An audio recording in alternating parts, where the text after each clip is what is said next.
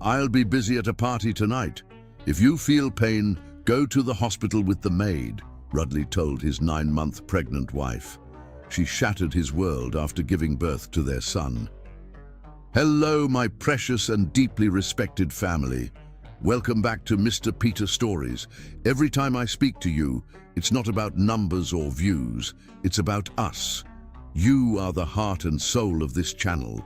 Your love, your presence, your kindness, they give meaning to every story I share.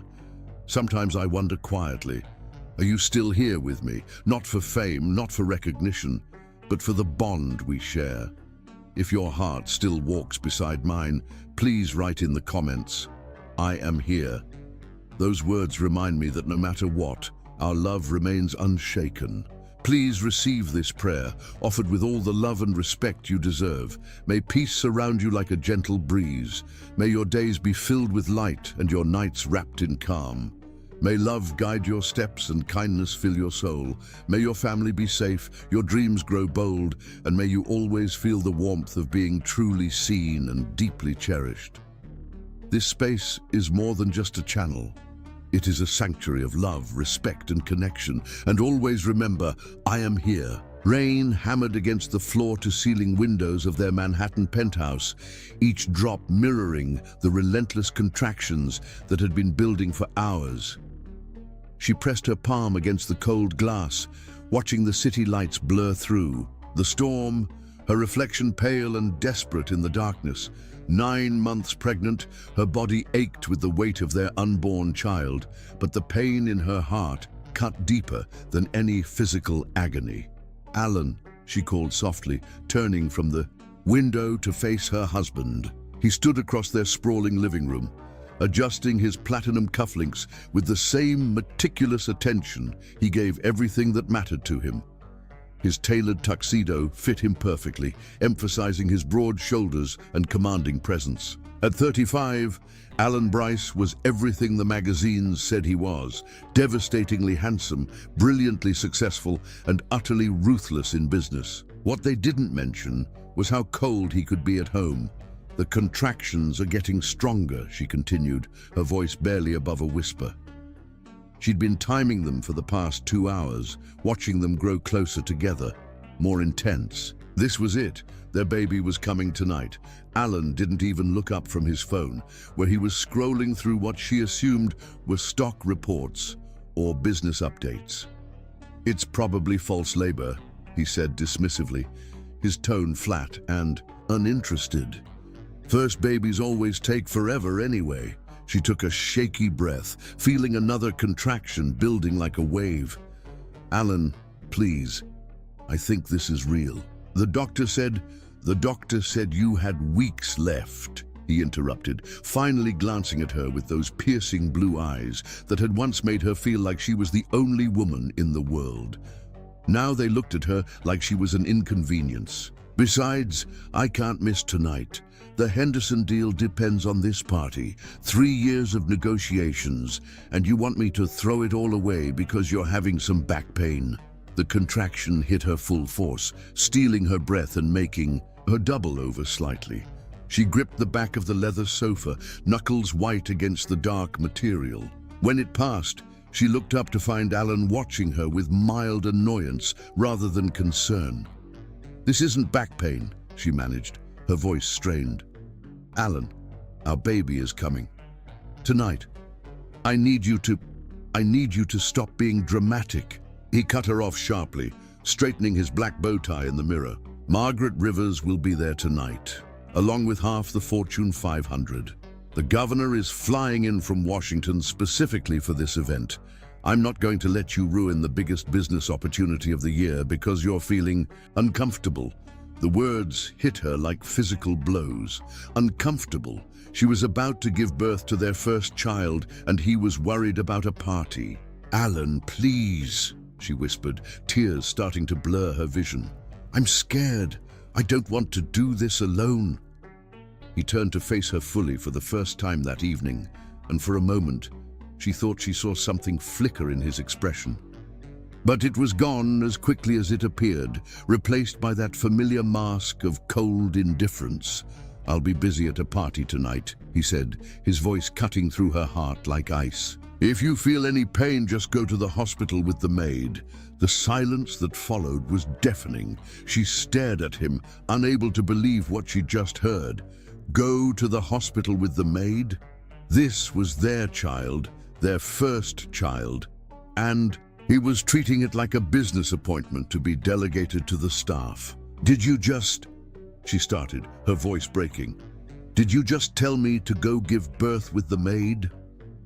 Alan shrugged, as if they were discussing dinner plans. "Carmen has been through this before. She raised 5 kids of her own. She knows what to do." He picked up his phone again, effectively dismissing her. "Besides, hospitals have doctors. You'll be fine." Another contraction gripped her, stronger than before, and she had to lean against the wall to steady herself. Through the pain, she watched her husband of 3 years, the man she'd loved since college, the man she'd built her whole world around, check his watch with obvious impatience. "Alan," she gasped when she could speak again. "This is our baby, our son or daughter. Don't you want to be there when..." "What I want," he said coldly, not bothering to look at her, "is to close the Henderson deal and secure our future. What I want is a wife who understands that my business comes first, because everything we have, this penthouse, your jewelry, your comfortable life, all of it comes from my work.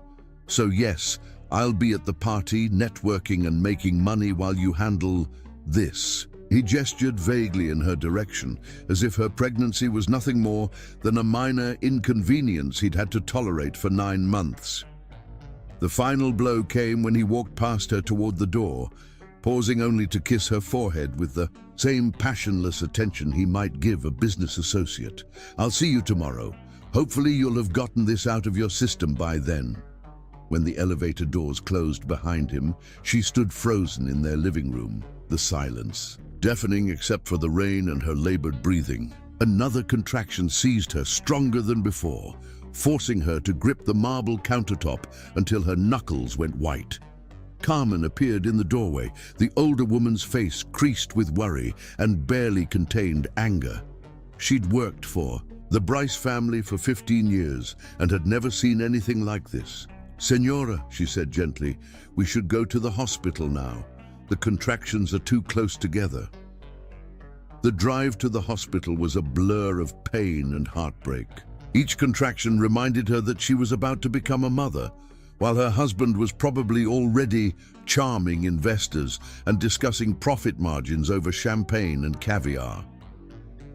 In the sterile hospital room, with only Carmen holding her hand, she pushed their child into the world.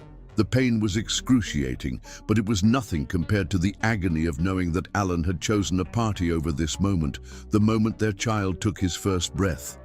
When the doctor placed their son in her arms, she looked down at the most beautiful thing she'd ever seen. Perfect tiny fingers, dark hair still wet from birth, and when he opened his eyes for the first time, they were the same startling blue as his father's.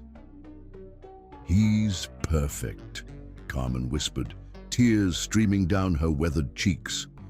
But as she held her son, feeling his warm weight against her chest, something cold and hard settled in her heart. Alan had made his choice. He'd chosen money over family, business over love, a party over his own child's birth. With shaking hands, she reached for her phone and started recording. "Hello, my beautiful boy," she whispered to the camera, making sure to capture her son's face and the hospital bracelet around her wrist with the date and time clearly visible. "I'm your mother, and I need you to know something important. Tonight, while you were being born, while I was bringing you into this world, your father was at a party. He told me to come to the hospital with the maid because he had more important things to do." Her voice grew stronger as she continued, the pain and betrayal crystallizing into something harder, more dangerous. "He chose champagne and business, deals over watching you take your first breath. He chose strangers and money over being here for the most important moment of our lives. But I want you to remember this, my darling. He made that choice, and choices have consequences. She ended the recording and held her son closer, pressing a gentle kiss to his forehead. "Your father thinks he can take everything for granted," she whispered against his soft skin. "He thinks he can treat people like they're disposable, like love and family are just inconveniences to be managed, but he's about to learn that he's very, very wrong." 3 hours later, when Alan finally bothered to call, she was already gone. The penthouse stood empty, except for the divorce papers on his desk and a single note. "You chose a party over your son's first breath. Now you'll spend the rest of your life paying for that choice." The wife you thought was disposable. She disappeared into the night with their son. She was no longer the naive woman who'd believed in love conquering all. That woman had died in the delivery room tonight. In her place was born something far more dangerous. A woman with nothing, left to lose and a lifetime to plan the perfect revenge. Chapter 2. The Phoenix Rises. 7 years had forged Lola Love from heartbreak into something infinitely more dangerous. A woman who understood that true power lay not in emotion, but in calculation. The morning sun cast long shadows across her corner office on the 42nd floor of Laurent Tower, illuminating the empire she'd built with surgical precision. Every acquisition, every strategic partnership, every calculated risk had been designed with one ultimate goal: positioning herself to destroy the man who had discarded her like yesterday's newspaper. But money had never been the goal. Power was just a tool. Everything she'd built, every strategic move she'd made, every company she'd acquired, it all served one purpose: the complete and utter destruction of Alan Bryce. "Mommy, look what I made." The sound of her son's voice pulled her from her contemplation of the city below. 7-year-old Ethan burst through the office doors, his dark hair still slightly messy from sleep, carrying a tablet displaying his latest coding project.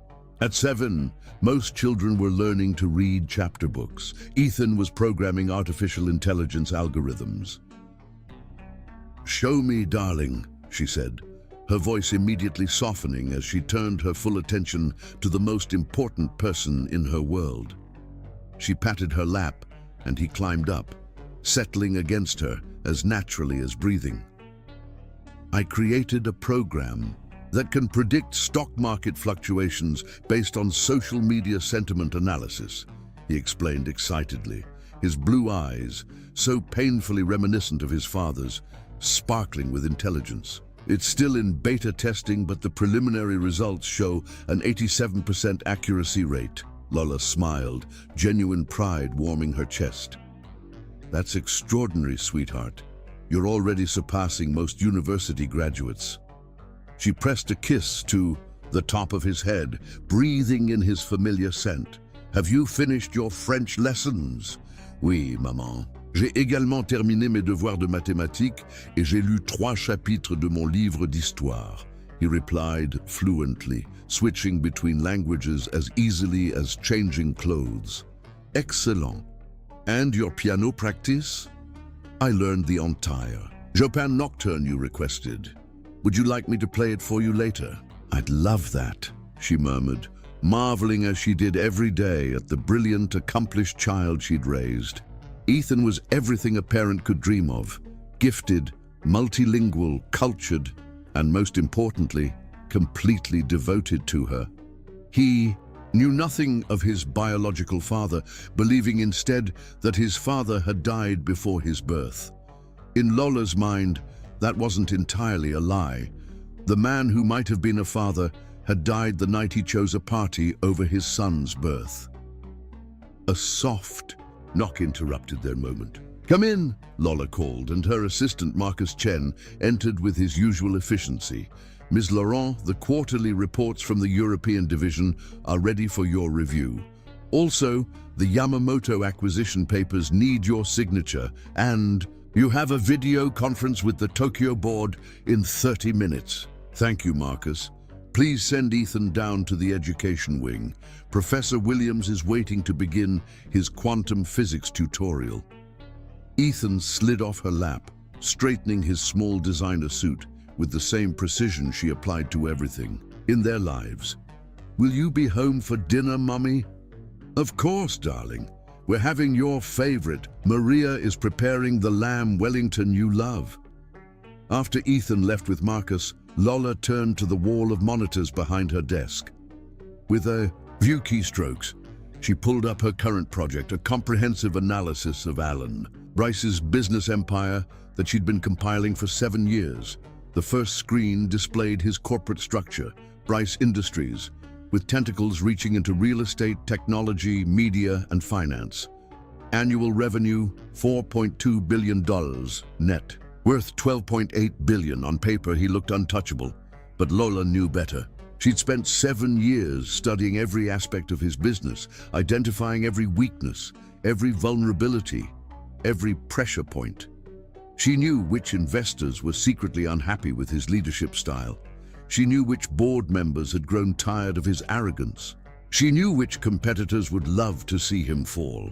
The second screen showed her own holdings, companies she'd acquired specifically because they competed with Alan's interests, key personnel she'd poached from his organizations, patents she'd purchased that blocked his expansion into emerging markets.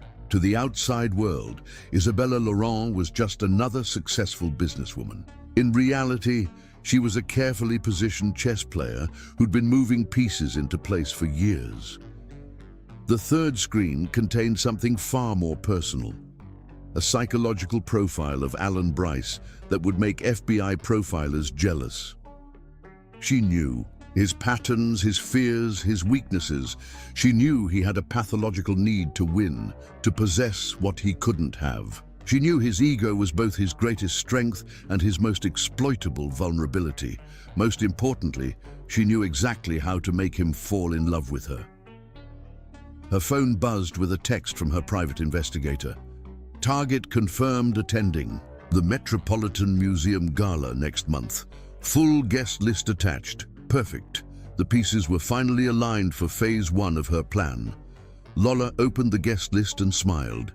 The Metropolitan Museum Gala was New York's most exclusive charity event, attended by billionaires, politicians, and cultural elite. It was exactly the kind of event where Alan would expect to network and dominate.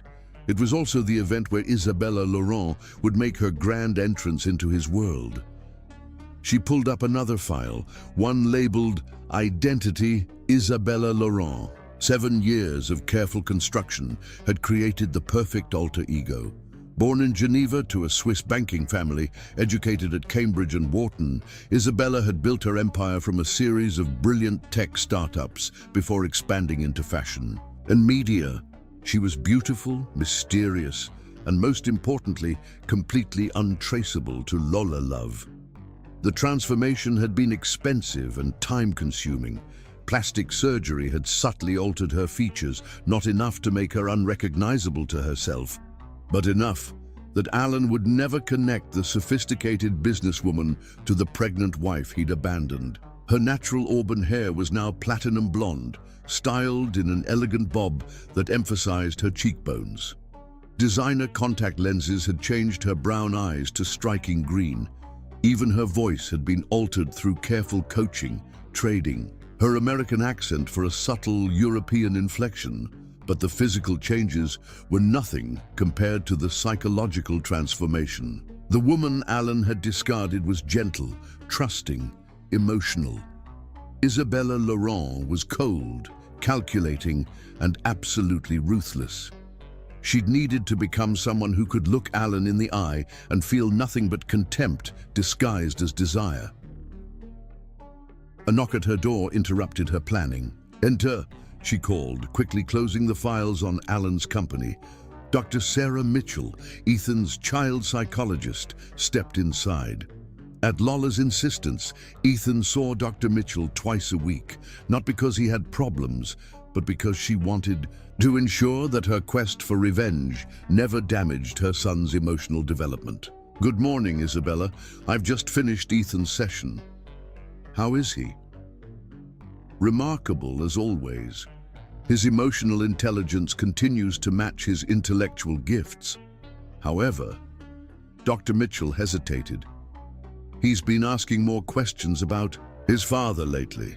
Lola's hands stilled on her keyboard. What kind of questions? Normal curiosity for a child his age. He wants to know what his father was like, whether he would be proud of Ethan's accomplishments. I think it's healthy, actually. He's beginning to form his own identity, separate from yours.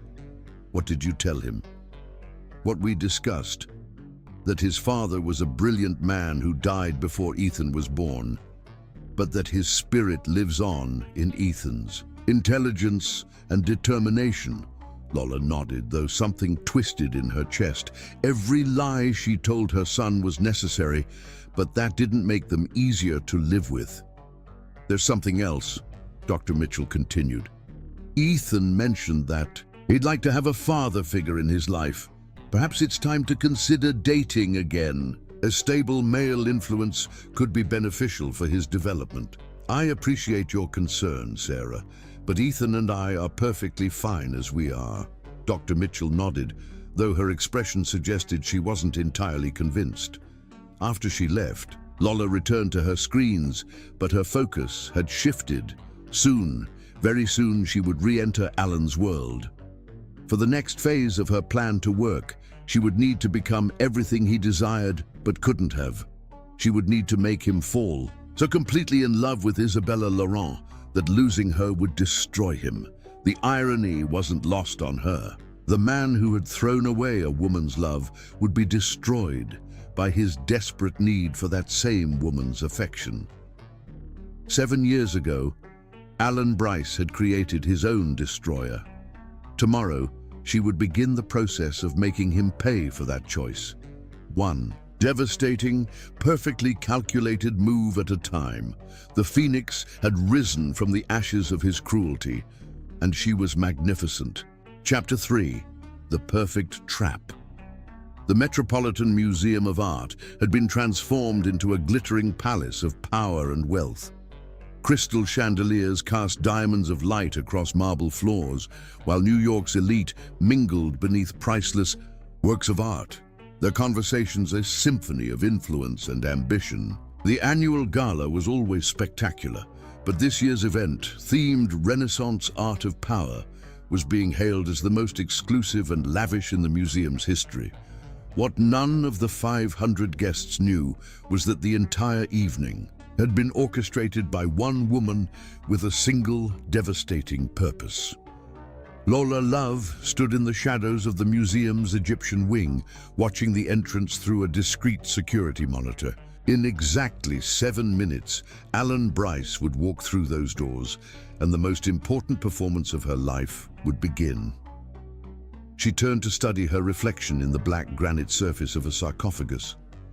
7 years of planning had led to this moment, and every detail was perfect. The woman staring back at her was unrecognizable from the heartbroken wife who had fled into the night with a newborn baby. Isabella Laurent was a masterpiece of strategic transformation. Her platinum hair swept into an elegant chignon, revealed the graceful line of her neck, adorned with diamonds that caught the light like captured stars. The emerald Valentino gown hugged her curves while projecting an aura of untouchable sophistication. But her most devastating weapon wasn't physical.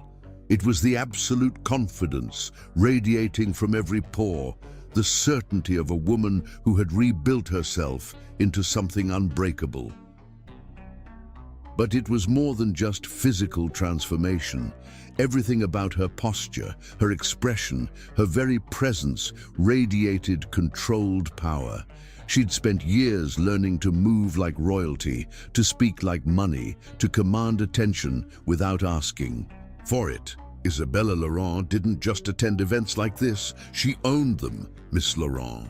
Her assistant, James Morrison, approached with the reverent tone, reserved for those who could end careers with a single phone call. Mr. Bryce has just arrived. He's in the Great Hall, speaking with Mayor Bloomberg. Perfect. And the photographer? Positioned exactly where you specified. The society pages will have their pictures, and Mr. Bryce will see them in tomorrow's papers. Excellent. Now remember, James, I don't exist until I choose to exist. When I make my entrance, it should feel like the arrival of a goddess. Of course, Ms. Laurent. Lola Isabella moved through the museum's corridors like a predator stalking her prey. She'd memorized the layout months ago, planned every angle, every entrance, every moment of this evening. Through the grand archway, she could see the Great Hall filled with Manhattan's most powerful figures. Politicians, CEOs, celebrities, old money aristocrats. They were all here, all potential witnesses to Alan Bryce's eventual downfall. She paused at the edge of the Great Hall, allowing herself one moment to study the man who had destroyed her life and inadvertently created his own nemesis. Alan stood near the center of the room, commanding attention as he always did. At 42, he was even more imposing than she remembered. His dark hair was touched with distinguished silverette. The temples and his custom-made tuxedo emphasized his broad shoulders and commanding presence. He was laughing at something Mayor Bloomberg had said, his smile that perfect combination of charm and arrogance that had once made her heart race. Now it just made her want to destroy him. She watched him work the room with practiced ease, moving from group to group, collecting business cards and promises like a king collecting tribute. Every gesture was calculated, every smile a transaction. He hadn't changed at all, still treating every human interaction as a business opportunity. What struck her most was how completely unaware he seemed of anything beyond his immediate sphere of influence. He had no idea that his ex-wife was standing 50 feet away, planning his destruction. He probably hadn't thought about her in years, had likely convinced himself that she was nothing more than a minor inconvenience from his past. That ignorance would be his downfall. Isabella took a deep breath, straightened her shoulders, and stepped into the light. The effect was instantaneous and exactly what she'd planned. Conversations faltered as heads turned to identify the stunning woman who had just entered. She moved with the fluid grace of a dancer, her emerald gown catching the light with every step. There was something magnetic about her presence, an aura of mystery and power that made it impossible to look away. She didn't rush, didn't seek attention. Instead, she glided toward the bar with the confidence of someone who owned the world and was merely allowing others to exist in it. By the time she reached the marble-topped bar, a small crowd had gathered nearby, all trying to catch her attention or overhear her conversation. "Champagne," she said to the bartender, her voice carrying just the hint of a European accent. "Dom Perignon, 1996. "Excellent choice," came a voice behind her. She turned, unsurprised to find Alan Bryce approaching with that predatory smile. She remembered so well. He'd taken the bait exactly as she'd predicted. Up close, the years showed more clearly.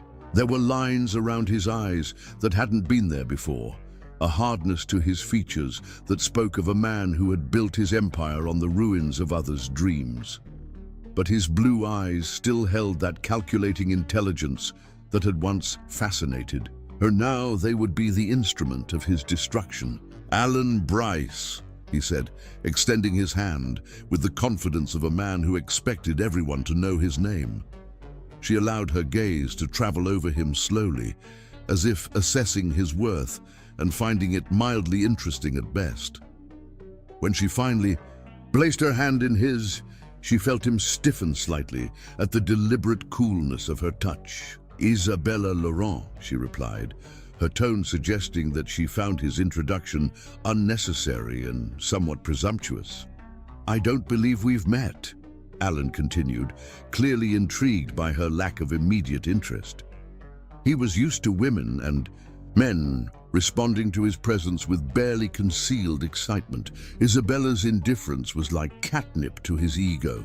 "We haven't," she confirmed, accepting her champagne from the bartender without breaking eye contact. "I would have remembered." There was something in the way she said it, not quite insult, not quite compliment, that made Alan's smile falter for just a moment. She'd struck the perfect note, interested enough to continue the conversation, dismissive enough to wound his pride. "You're not from New York," he observed, moving closer under the pretense of making room for other guests at the bar. "I'm from many places," she replied cryptically, taking a sip of her champagne. "Though I suppose that's the luxury of not being tied down by provincial thinking." The subtle dig at New York, his city, his territory, made his jaw tighten almost imperceptibly. Perfect. She was already under his skin. "And what brings you to our provincial little gala?" he asked, his tone carrying just a hint of edge. "I'm considering a significant donation to the museum's new wing. Though after this evening, I may need to reassess whether New York's cultural institutions are worthy of my investment." It was masterfully done. In 2 sentences, she'd established that she had serious money, that she was discriminating about how she spent it, and that she wasn't automatically impressed by anything New York had to offer. For a man like Alan, who prided himself on being the biggest fish in the pond, meeting someone who seemed to view his entire world as insignificant was both infuriating and irresistible. "Perhaps I could change your mind," he suggested, his voice dropping to the intimate tone he'd once used to whisper promises in her ear. "I know this city better than most. I could show you why it's worth your investment."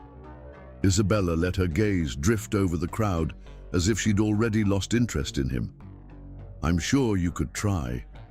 The dismissal was casual, devastating, and exactly calculated to make him desperate to prove himself. She could see the moment her indifference hit him, the slight tightening around his eyes, the way his hand gripped his whiskey glass just a fraction tighter. "Isabella Laurent," he repeated as if testing her name. "I haven't heard of Laurent Industries. I prefer to work behind the scenes," she replied smoothly. "Publicity is so gauche, don't you think? True power doesn't need to announce itself." Another perfect strike. Alan's entire identity was built on public recognition, on being seen and acknowledged as powerful. Her suggestion that real power was invisible was a direct attack on everything he believed about himself. Before he could respond, the museum director approached their small group.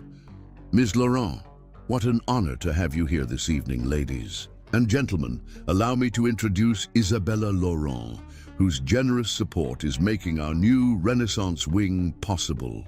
The introduction sent a ripple through the nearby crowd. Suddenly, everyone wanted to know who this mysterious woman was, who could fund an entire museum wing and still remain unknown to New York society. Isabella handled the attention with practiced grace, speaking knowledgeably about art and culture, while maintaining an air of subtle superiority that made everyone desperately want her approval. All the while, she was acutely aware of Alan watching her every move, studying her like a puzzle he was determined to solve. When the crowd finally dispersed, he was still there, waiting. "Impressive," he said quietly. "Not many people can command a room like that." "It's not about commanding," she replied, her green eyes meeting his directly for the first time. "It's about being worth commanding." The sexual tension between them was palpable now, crackling in the air like electricity before a storm. But where Alan was leaning forward, drawn to her like a moth to flame, Isabella remained perfectly composed, as if she were completely unaffected by his presence. "Would you like to see some of the pieces that will be featured in the new wing?" she asked, setting down her empty champagne flute. "I have a private viewing arranged." It wasn't really an invitation. It was a test. Would he follow her into private spaces, away from his territory and his audience? Would he abandon his other networking opportunities to chase after a woman who seemed completely unimpressed by him? Of course he would. His ego wouldn't allow him to do anything else. "Lead the way," he said, his voice rough with barely contained desire. As they walked through the museum's quieter corridors, Isabella allowed herself one small, secret smile. The trap was set, the prey was hooked, and the greatest performance of her life had officially begun. 7 years of preparation had led to this moment, and it was already exceeding her expectations. Alan Bryce thought he was pursuing a mysterious and fascinating woman. In reality, he was walking directly into the jaws of his own destruction. Chapter 4. The Seduction Game. 3 weeks after the Metropolitan Museum Gala, Alan Bryce sat in his private jet crossing the Atlantic, driven by an obsession he couldn't name. The single text message that had summoned him across an ocean burned in his memory.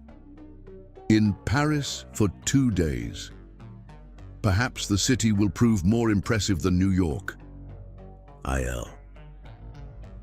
He'd tried calling her dozens of times since their first encounter, only to be coolly informed by her assistant that Ms. Laurent was unavailable and would return his calls when convenient. When she finally did call back, her conversations were brief, polite, and left him craving more with the desperation of an addict. Isabella Laurent had become the most fascinating puzzle of his life. Beautiful, brilliant, wealthy enough to fund museum wings, and completely immune to his considerable charm. For a man accustomed to having everything he wanted, her indifference was like a drug. What he didn't know was that every phone call was recorded, every meeting strategically planned, every moment of their growing relationship carefully orchestrated by a woman who had spent 7 years learning exactly how to destroy him. The Four Seasons, George V, had transformed its presidential suite into something resembling a Parisian palace for Isabella's visit. From her position on the suite's private terrace, she could see the Eiffel Tower glittering in the distance while she reviewed the latest intelligence reports on Alan's business dealings. Her phone buzzed with a text from her security team. Target has landed at Charles de Gaulle, ETA to hotel. 45 minutes. Perfect timing. She'd spent the morning in meetings with actual French business partners. Maintaining her cover required real business, real success, real power. But the afternoon would be dedicated to the next phase of her seduction. She changed into a silk Hermès dress that cost more than most people's cars, its deep sapphire blue bringing out the emerald of her contact lenses. Every detail of her appearance was calculated to drive Alan to distraction while maintaining an air of effortless elegance. When he knocked on her suite door, exactly 43 minutes later, she let him wait. Power was in the pause, in making him wonder if she would see him at all. "Alan," she said when she finally opened the door, her tone suggesting mild surprise rather than pleasure. "I wasn't expecting you." He stood in the hallway holding a bouquet of white orchids that probably cost $5,000, his usually perfect composure slightly ruffled from the transatlantic chase. "You said you were in Paris." "I did." She accepted the flowers with polite disinterest, stepping aside to let him enter. "Though I'm curious why that prompted you to fly across an ocean." "You know why." The raw honesty in his voice almost made her falter, almost. But then she remembered the hospital room, remembered giving birth alone while he charmed investors, and her heart hardened back into steel. "Do I?" she asked, moving to place the orchids in a crystal vase with movements so graceful they seemed choreographed. "You'll have to be more specific. I'm afraid I don't share your American tendency toward assumption." He moved closer, and she could smell his cologne, the same expensive scent he'd worn 7 years ago. For a moment, muscle memory threatened to overwhelm her careful composure. This close, she could see the flecks of gold in his blue eyes, could remember when those eyes used to look at her with love instead of conquest. "I can't stop thinking about you," he said quietly, his voice dropping to that intimate register that had once made her melt. "Ever since the gala, you're all I think about." "How intense," she replied, injecting just enough amusement into her tone to sting. Though I suppose it's flattering that someone of your reputation finds me memorable. The way she said reputation, as if she'd heard things about him that weren't entirely positive, made his jaw tighten. She was playing him perfectly, alternating between attraction and dismissal, keeping him off balance and desperate to prove himself worthy of her attention. "Have dinner with me," he said, and there was something almost vulnerable in the request that caught her off guard. "Please." She let the silence stretch between them, pretending to consider while studying his face. 7 years had changed him, in subtle ways. There were deeper lines around his eyes, a hardness to his features that spoke of too many ruthless business decisions. But underneath the power and arrogance, she could still see traces of the man she'd once loved. That man had died the night he chose a party over his son's birth. "I suppose I could be persuaded," she said finally. "Though I should warn you, I have very specific tastes. Name it, anywhere in the city." "Not the city," she corrected with a small smile that didn't reach her eyes. "I know a place, a little restaurant in Provence that only serves dinner to one party per evening. They require 24 hours notice." She watched his face as the implications sank in. To have dinner with her, he would need to extend his trip, cancel whatever meetings he had scheduled back in New York, essentially rearrange his life around her whims. "Consider it done," he said without hesitation, and just like that she had him exactly where she wanted him. The restaurant in Provence was everything she'd promised: intimate, exclusive, impossibly romantic. Nestled in a vineyard overlooking rolling hills dotted with lavender, it felt like something from a fairy tale. The only sounds were the gentle clink of silverware and the distant church bells from the village below. Isabella had chosen the location carefully. Away from his familiar territory, surrounded by beauty that demanded honest emotion, Alan would be at his most vulnerable, and vulnerable men told secrets. "Tell me about your family," she said over the second course, swirling wine in her glass. With practiced elegance, his fork paused halfway to his mouth. "What would you like to know?" "Everything. Where you come from, what shaped you, what drives you." She leaned forward slightly, her voice becoming softer, more intimate. "I find that you can't truly know someone without understanding their origins." It was masterfully done. The question seemed genuine, interested, but it was actually a carefully baited hook. She needed to understand how he'd rationalized his abandonment of his family, how he'd convinced himself that choosing business over love was justified. "I grew up middle class in Connecticut," he began, warming to the topic as men always did when beautiful women showed interest in their histories. "My father was an accountant, my mother a teacher. Good people, but they never understood ambition." "And you did?" "I understood that good intentions don't pay for private schools or secure futures. I watched my parents struggle to make ends meet, saw how they worried about money constantly. I decided early that I would never live that way." She nodded, thoughtfully, filing away every word. "So you built your empire." "I built security," he corrected. "Everything I do is about ensuring that the people I care about never have to worry about money again." The irony was so thick, she almost choked on her wine. The people he cared about. He'd abandoned his own child because a business meeting was more important than being present for his birth. "That's admirable," she said, injecting warmth into her voice. "Family is everything, isn't it?" Something flickered across his expression, too quick for most people to catch, but she'd been studying him for 7 years. Guilt, pain, regret. Yes, family is important." "Do you have children?"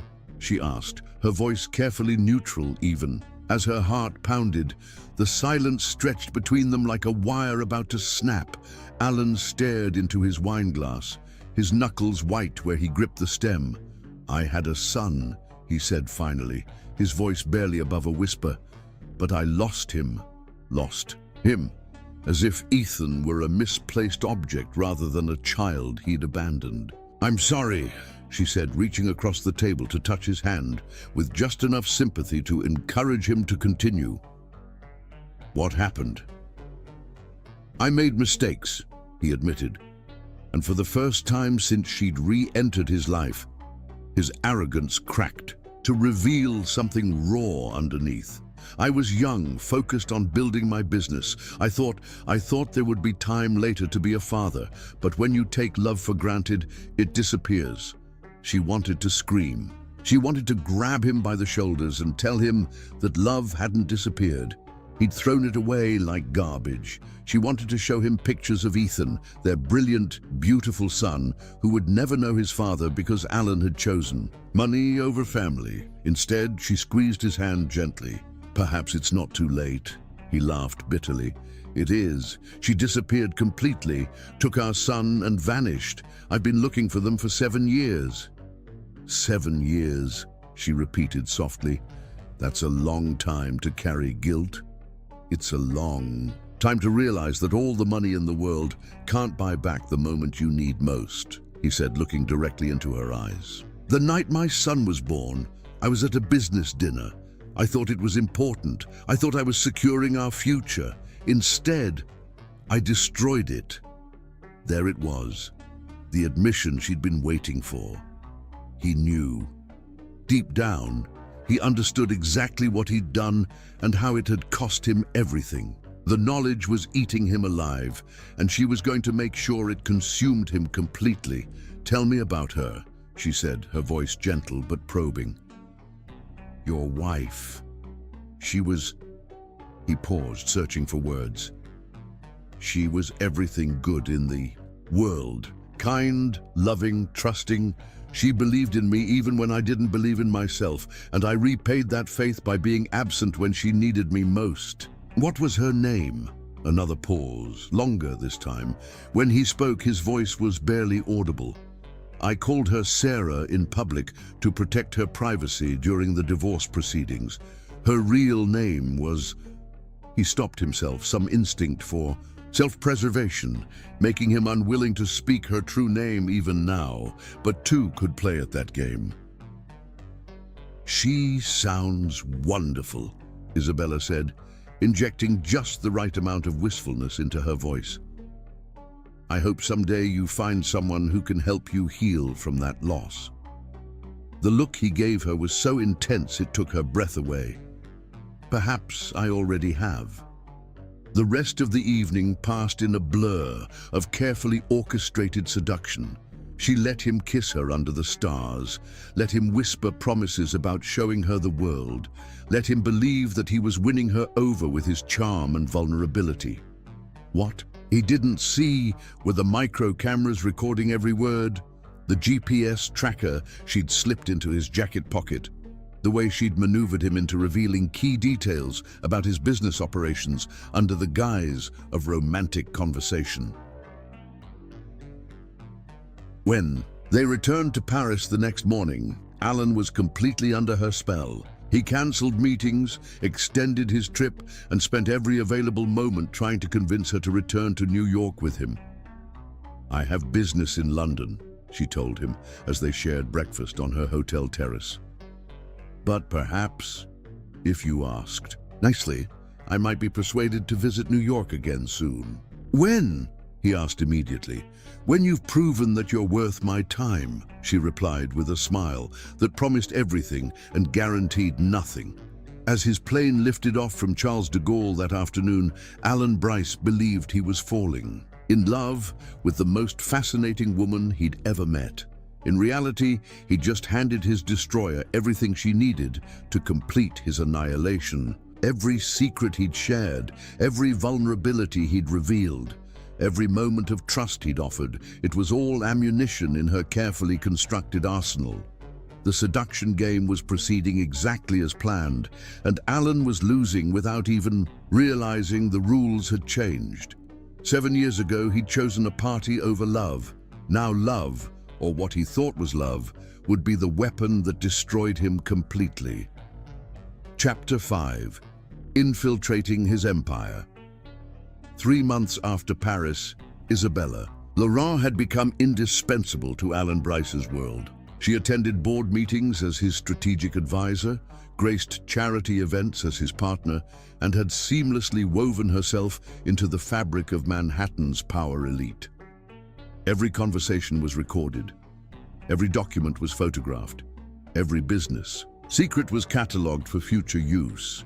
What Alan saw as love, Isabella knew was warfare. "Good morning, beautiful," Alan murmured, sliding his arms around her waist as she stood at the windows of his penthouse office, watching the city wake up, 42 floors below. The irony wasn't lost on her. This was the same office where he'd dismissed her pregnancy 7 years ago, choosing a party over their child's birth. "Good morning," she replied, allowing herself to lean back against his chest, while her mind catalogued every detail of his morning routine. He always checked his phone first, then reviewed overnight market reports, then called his assistant with the day's priorities. Predictable patterns were exploitable weaknesses. "Ready for today's board meeting?" he asked, pressing a kiss to her neck that she felt nothing for beyond its strategic value. "Of course. Though I'm curious about this Henderson Industries acquisition you've been pursuing." She turned in his arms, her expression one of casual interest. 3 years is a long time to chase a single deal. His face darkened slightly. "Henderson's been challenging. The old man's stubborn, won't admit his company's bleeding money, but I'll get him eventually. I always do." Isabella had been studying the Henderson situation for weeks. What Alan saw as stubborn resistance, she recognized as a man trying to protect his family's legacy from a corporate raider who would strip the company for parts. Henderson Industries would be perfect for her purposes. Saving it from Alan would not only cost him millions, but also provide her with excellent public relations when she revealed her true identity. "Perhaps he simply needs the right incentive," she suggested, her voice carrying just enough intrigue to make Alan lean closer. "What kind of incentive?" "The kind that makes people realize they have no other choice." She smiled, an expression that looked loving but felt predatory. "I may have some contacts who could help, offshore investors who could put pressure on Henderson's international operations." It was a lie, of course. But Alan didn't need to know that her contacts were actually front companies she'd established specifically to manipulate deals like this one. By the time he realized she was pulling strings rather than offering help, it would be far too late. "You continue to amaze me," he said, genuine admiration in his voice. "Most women in my life have been interested in spending my money, not helping me make it." "I'm not most women," she replied. And for once, she was telling the absolute truth. The Bryce Industries boardroom was a monument to masculine power. Dark wood, leather chairs, and windows that offered commanding views of the financial district. As Isabella took her seat beside Alan at the head of the massive conference table, she felt a surge of satisfaction. 7 years ago, she'd been dismissed as irrelevant, sent to give birth with the Maid while Alan conducted business. Now she was sitting at the center of his empire, trusted with his deepest secrets. "Gentlemen," Alan began, addressing the 12 board members who controlled one of America's largest corporations. "Before we begin, I'd like you to meet Isabella Laurent, who's been advising me on our international expansion." The introduction was perfect for her purposes. By positioning her as an advisor rather than just a girlfriend, Alan was legitimizing her presence in strategic discussions. Every word spoken in this room would be recorded by the device hidden in her vintage Cartier watch. Every document photographed by the camera concealed in her designer pen. "Ms. Laurent," said Robert Kellerman, the board's senior member and Alan's longtime mentor, "I understand you have extensive experience in European markets." "Among others," she replied with the kind of modest confidence that commanded respect. "I found that American companies often underestimate the complexity of international business relationships. Success requires patience, cultural sensitivity, and the willingness to think beyond quarterly profits." It was a subtle criticism of Alan's approach, his tendency to bulldoze through negotiations rather than finesse them, delivered with enough diplomatic polish that he couldn't object without seeming defensive. The meeting proceeded exactly as she'd expected. Alan dominated the discussion with his usual combination of brilliance and arrogance, while the board members nodded agreement even when they clearly had reservations. She watched the dynamics carefully, noting which members were truly loyal to Alan and which were simply intimidated by his power. When the Henderson acquisition came up for discussion, she was ready. "The challenge with Henderson," she interjected smoothly when Alan finished his update, "isn't financial pressure, it's emotional. Mr. Henderson built that company from nothing. It's his legacy, his identity. Attacking it directly will only make him more resistant." "What do you suggest?" asked James Morrison, the CFO who'd been struggling with the Henderson situation for months. "Indirect pressure. Create circumstances that make selling to Bryce Industries seem like salvation rather than defeat. I have contacts in European manufacturing who could temporarily disrupt Henderson's supply chains. Nothing illegal, of course, just market forces that make his position untenable." She was offering to orchestrate Henderson's destruction while making it look like natural business pressures. It was exactly the kind of ruthless strategy that would appeal to Alan while giving her complete control over the timeline and execution. "That's actually brilliant," Alan said, his voice filled with admiration and something deeper, trust. "How quickly could your contacts move?" 2 weeks for initial pressure, full implementation within a month. She paused, letting her next words carry just enough reluctance to make them seem genuine. "Though I should mention, this would essentially end any possibility of Henderson maintaining independence. Once we begin, we have to be prepared to acquire the entire company." "Even better," Alan replied immediately. "I've wanted Henderson Industries for 3 years. If your plan works, we'll own them by Christmas." The other board members murmured approval, already calculating profit margins and market advantages. None of them suspected that Isabella was offering to destroy Henderson Industries, not to help Alan, but to position herself as the company's white knight when the time came for her revelation. After the meeting, Alan's assistant approached with his afternoon schedule. "Your 3 p.m. with the Yamamoto Group has been moved to Thursday," she said efficiently, "and your mother called about Sunday dinner." Isabella felt her pulse quicken.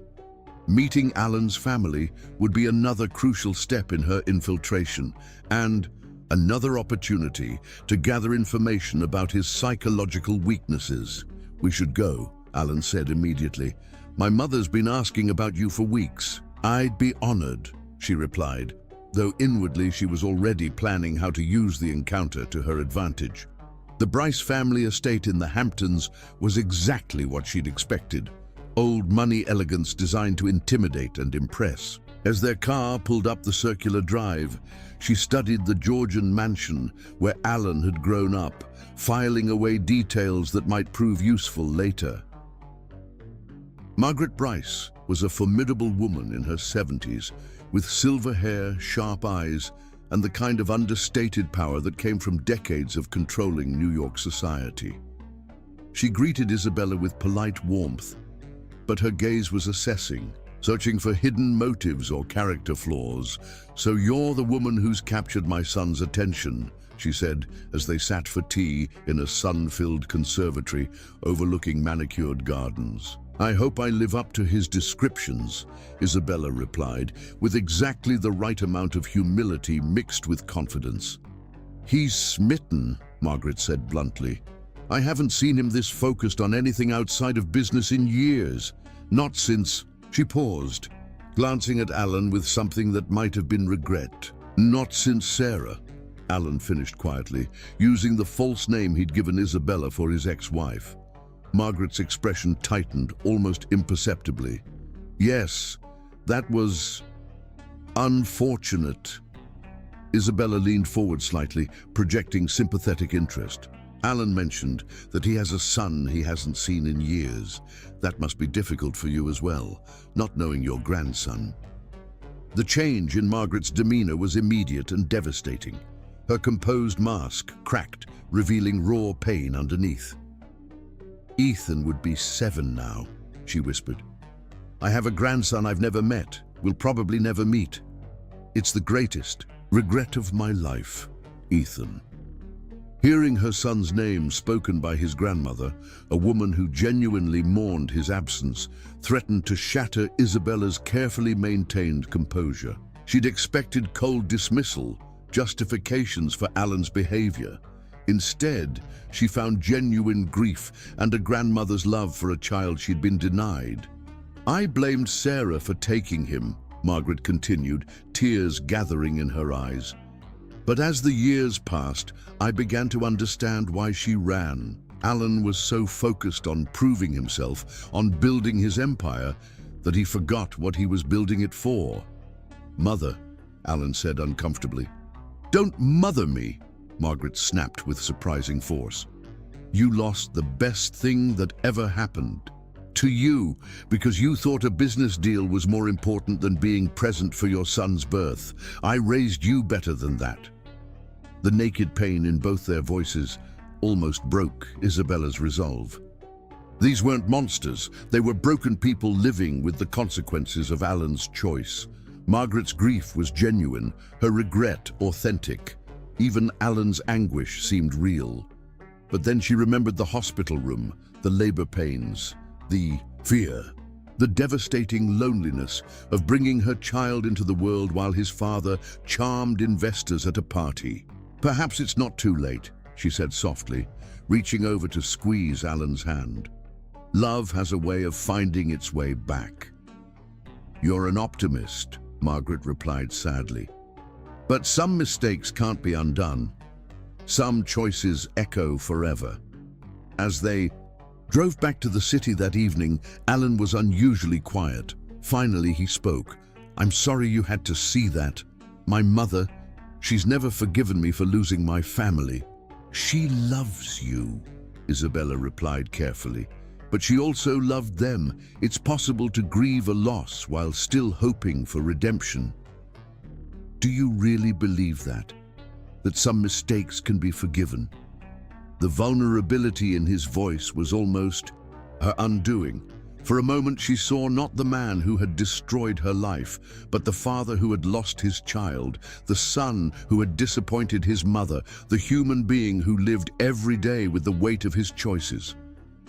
Then she remembered her 7-year-old son asking why other children had fathers, and her heart hardened back into steel. "I believe," she said slowly, "that forgiveness must be earned, that redemption requires more than regret. It requires justice." Alan nodded, seemingly comforted by her words. He had no idea that he'd just received his death sentence from the woman whose life he'd destroyed. As Manhattan's lights glittered before them, Isabella Laurent smiled in the darkness. She was no longer just infiltrating Alan's empire. She was becoming indispensable to it. Every meeting, every family dinner, every intimate conversation was another nail in his coffin. The man who had once dismissed her as irrelevant now trusted her with his deepest secrets and his greatest vulnerabilities. Soon, very soon, she would use that trust to destroy him completely. Chapter 6. The first devastating strike. At precisely 9:47 a.m. on October 15th, Isabella Laurent unleashed financial hell upon the man she had seduced and studied for months. From her command center in Laurent Tower, she monitored real-time market data as her attack unfolded across 3 continents. Every vulnerability Alan had revealed during their intimate conversations, every business weakness she'd identified through careful observation, every strategic pressure point she'd discovered, it all converged in a symphony of destruction that would cost him everything. Phase 1 is executing perfectly, her lead strategist, Marcus Chen, reported from his position at the central command station she'd established for this operation. The European manufacturing delays are impacting Henderson Industries exactly. As projected, their stock is down 12% in pre-market trading. Excellent. And the Yamamoto situation. Your contacts in Tokyo are expressing unexpected concerns about Bryce Industries' long-term stability. They're requesting additional financial guarantees that Alan can't possibly provide on short notice. Isabella smiled, an expression of pure predatory satisfaction. The Yamamoto Group deal had been Alan's pet project for 2 years, a massive technology partnership that would have expanded Bryce Industries into Asian markets and added billions to the company's valuation. What he didn't know was that Isabella, Laurent's shell companies, had been quietly buying influence with Yamamoto's board members for months, positioning herself to sabotage the deal at the worst possible moment. And the banking situation? Proceeding as planned. Your leverage with the Swiss consortium is making them reconsider their credit arrangements with Bryce Industries. They'll formally withdraw their backing at 2 p.m. today, just as the Yamamoto news breaks. It was beautiful in its complexity. 3 separate crises hitting simultaneously, each one explainable as bad luck or market forces, but together creating a perfect storm that would devastate Alan's empire. And the most exquisite part, she would be there to comfort him through every devastating blow. Her phone buzzed with a text from Alan. Emergency board meeting called. Something's wrong with the Henderson deal, need you here. She typed back quickly. On my way. Whatever it is, we'll handle it together. The irony was delicious. He was asking his destroyer to come comfort him. The Bryce Industries boardroom was in chaos when Isabella arrived. Voices were raised, phones were ringing constantly, and the usually composed board members looked like they were watching their fortune evaporate in real time. Isabella, thank God, Alan said when he saw her, his relief so genuine it almost made her feel guilty. Almost. He pulled her aside, his face pale with stress. Everything's falling apart at once. Henderson's suppliers are backing out. The Yamamoto Group is having second thoughts, and 3 of our major creditors are demanding additional guarantees. That does seem unusual, she replied, injecting just the right amount of concern into her voice. These are all separate deals. There shouldn't be any connection. That's what I thought, but the timing... He ran his hands through his hair, a gesture she remembered from their marriage when he was overwhelmed. It's like someone coordinated this attack. If only he knew how right he was. Let me make some calls, she offered, squeezing his hand supportively. My European contacts might have insights into what's happening with Henderson's supply chain. She stepped into an adjacent conference room and dialed a number she'd memorized months ago.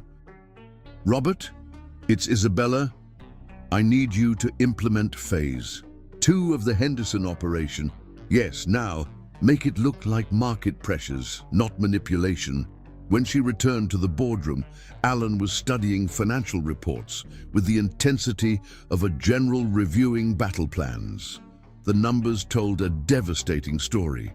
Bryce Industries was hemorrhaging value by the hour. What did you find out? He asked immediately. It's worse than we thought, she said, her voice heavy with manufactured sympathy. My contact in Geneva says there are rumors circulating about Bryce Industries' debt-to-equity ratios. Someone's been questioning your company's long-term viability. It wasn't a complete lie. She had been questioning Bryce Industries' viability, just not in the way Alan imagined. Rumors. What kind of rumors? Nothing specific, but in international finance, perception becomes reality very quickly. If investors start to worry... She let the implication hang in the air. The color drained from Alan's face. He understood better than anyone how quickly confidence could evaporate in the financial world. We need to control the narrative, get ahead of this before it spirals. Agreed. I can reach out to my media contacts, see if we can get some positive coverage to counter whatever negative sentiment is building. She was offering to help, while simultaneously orchestrating his destruction. It was manipulation so pure, it was almost artistic. Over the next 6 hours, Isabella watched Alan's empire take hit after hit. The Henderson deal collapsed when their primary supplier suddenly terminated their contract due to unforeseen logistical complications. The Yamamoto Group formally withdrew from negotiations, citing concerns about market stability. 3 major creditors demanded immediate collateral reviews. Through it all, she played the perfect supportive partner. She fielded phone calls, offered strategic advice, and provided emotional support while secretly coordinating each devastating blow. It was exhausting maintaining the performance, but the results were everything she'd hoped for. By 6 p.m., Bryce Industries had lost nearly $2 billion in market value. "I don't understand it," Alan said as they sat alone in his office, the board having finally dispersed to implement damage control measures. 30 years building this company, and it's all falling apart in a single day. "These things happen," Isabella replied, moving to stand behind his chair and massage his shoulders with practiced tenderness. "Markets are unpredictable. What matters now is how you respond. What if we can't recover from this? What if I've lost everything?" The vulnerability in his voice was real, raw, and for a moment, Isabella felt an unwelcome stab of sympathy.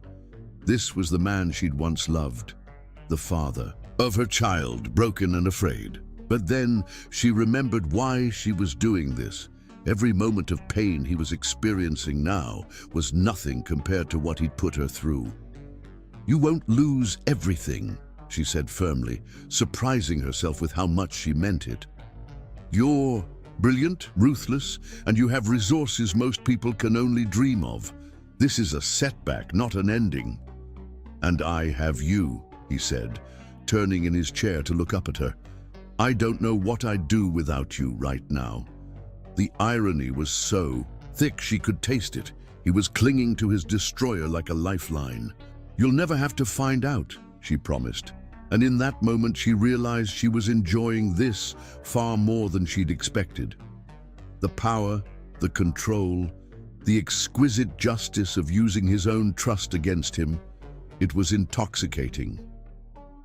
That night, as they lay in his penthouse, Alan clung to her like she was his salvation while she calculated his next wound. "Isabella," he whispered against her skin, "I think I'm falling in love with you." The words that once would have healed her heart now felt like victory. 7 years ago, she desperately wanted to hear those words from him. Now, they were just confirmation that her trap was working perfectly. "I love you too," she whispered back, the lie coming easily now. As Alan fell asleep in her arms, Isabella stared at the ceiling and calculated her next moves. Today had been just the beginning. A warning shot to destabilize his confidence and make him desperate. The real destruction was yet to come. She reached for her phone and sent a single encrypted message to her team. Phase 1 complete. Initiate Phase 2 in 72 hours. Alan Bryce thought he was weathering a storm with the woman he loved by his side. In reality, he was sleeping with the architect of his destruction, and the worst was yet to come. The first devastating strike had landed exactly as planned. His empire was wounded, his confidence shaken, and his dependence on her absolute. Everything was proceeding perfectly. Chapter 7. Psychological Warfare. 4 weeks after the financial assault that had devastated Bryce Industries, Isabella Laurent deployed her most sophisticated weapon yet, the systematic erosion of Alan's psychological defenses through carefully triggered memories he couldn't consciously identify. The campaign began with surgical precision, restaurant choices that echoed his past, music from 7 years ago playing softly in elevators, perfumes that stirred buried guilt. Each trigger was subtle, designed to create unease without awareness, guilt without understanding. "Let's try this restaurant," she suggested one evening, guiding him toward a small Italian place in Little Italy. "I heard they have incredible lasagna." What she didn't mention was that lasagna had been his ex-wife's favorite dish during her pregnancy, something she discovered during her years of obsessive research into every detail of their former life together. She watched his face as they entered the restaurant, noting the slight tension around his eyes, the way his hand tightened imperceptibly on hers. "This place reminds me of something," he said, frowning as they were seated at a table near the window. "Good. Memories, I hope," she replied with false innocence, while internally cataloguing his discomfort. Throughout dinner, she steered the conversation toward family, loyalty, and the bonds that tie people together. "I was reading an article about successful marriages," she said over dessert, "and it mentioned that the strongest relationships are built on being present for life's most important moments. What do you think makes the difference between couples who last and those who don't?" Alan's fork paused halfway to his mouth. "Timing, I suppose, being there when it matters most." "Exactly, like when a child is born or someone you love is in pain. Those moments define relationships, don't you think?" She watched him swallow hard, saw the way his gaze became distant. He was remembering, even if he didn't consciously realize why her words affected him so deeply. The psychological manipulation escalated over the following days. She played music from 7 years ago, songs that had been popular when she was pregnant, melodies that might trigger sense memories he'd buried. She wore perfumes similar to the ones she'd used during their marriage. She even arranged for them to walk past the hospital where Ethan had been born, watching Alan's inexplicable unease as they passed the entrance where she'd labored alone. "Are you feeling all right?" she asked with feigned concern as they continued. "Down the street. You seem tense." "I'm fine," he replied automatically, but she could see the confusion in his eyes. His subconscious was picking up on all the triggers, creating a sense of unease he couldn't explain. The cruelest stroke of her psychological campaign came 2 weeks later, when she arranged what she called a chance encounter with the most important weapon in her arsenal. "I want to show you something special," she told Alan on a crisp Saturday morning. "There's a children's science fair at the Natural History Museum. The future generation of innovators. I thought you might find it inspiring." Alan, still reeling from his company's ongoing financial struggles and desperate to spend time with the woman who seemed to be his only source of stability, agreed immediately. The museum was crowded with families, children's voices echoing through the halls as young scientists displayed their projects. Isabella moved through the crowd with predatory precision, guiding Alan toward a specific exhibit she'd located weeks in advance. "Look at this one," she said, stopping in front of a display titled "Artificial Intelligence Applications in Predictive Market Analysis." The project was sophisticated beyond anything typically seen at a children's science fair, complete with working algorithms and real-time data integration. "Remarkable," Alan said, leaning closer to examine the work. "This is graduate-level analysis. What child could possibly—" "Excuse me, sir," came a voice from behind the display table, and Isabella's heart clenched as Ethan stepped into view. "Would you like me to explain how the program works?" At 7 years old, Ethan was everything she dreamed he would become. Brilliant, confident, and heartbreakingly beautiful. His dark hair was perfectly styled, his small designer suit impeccable, and his blue eyes, so painfully identical to his father's, sparkled with intelligence and enthusiasm. Alan stared at the boy with obvious fascination. "You created this?" "Yes, sir. I used machine learning algorithms to analyze social media sentiment patterns and correlate them with stock market fluctuations. The program can predict market movements with 87% accuracy."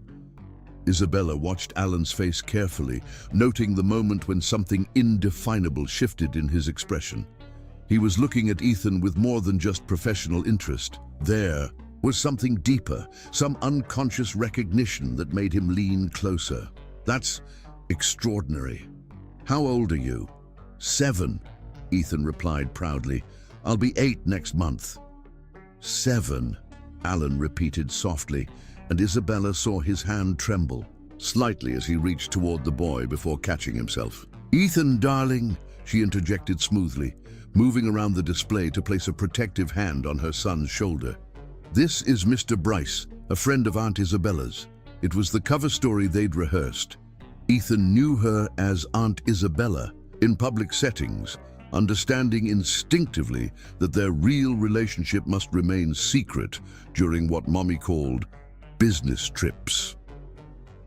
"Nice to meet you, Mr. Bryce," Ethan said politely, offering his small hand with the same confidence Isabella had taught him to show in all social situations. Alan took the boy's hand, and Isabella saw something break inside him. The contact lasted longer than necessary, Alan's gaze searching Ethan's face with desperate intensity. "You remind me of someone," Alan said quietly, his voice rough with emotion he didn't understand. "I get that a lot," Ethan replied cheerfully. "Aunt Isabella says I have one of those faces." Isabella forced herself to smile while her heart shattered and rebuilt itself simultaneously. This was the moment she'd planned for, the psychological weapon she'd been saving for maximum impact. Watching Alan unknowingly meet his own son, the child he'd abandoned for a business party, was the cruelest justice she could devise. "Tell Mr. Bryce about your other projects," she encouraged, her voice steady despite the emotional storm raging inside her. For the next 20 minutes, Alan listened with rapt attention as Ethan explained his various scientific endeavors. The boy was brilliant, articulate, and completely comfortable with adults, everything a father could want in a son. And with every word Ethan spoke, Isabella could see Alan falling deeper under the spell of the child he'd never know was his own. "You're remarkable," Alan told Ethan as they prepared to leave. "I hope we meet again someday." "I'd like that," Ethan replied with genuine warmth. "Maybe you could come to my next presentation. I'm working on a project about sustainable energy applications." "I'd be honored," Alan said, and Isabella heard the sincerity in his voice that made this moment even more devastating.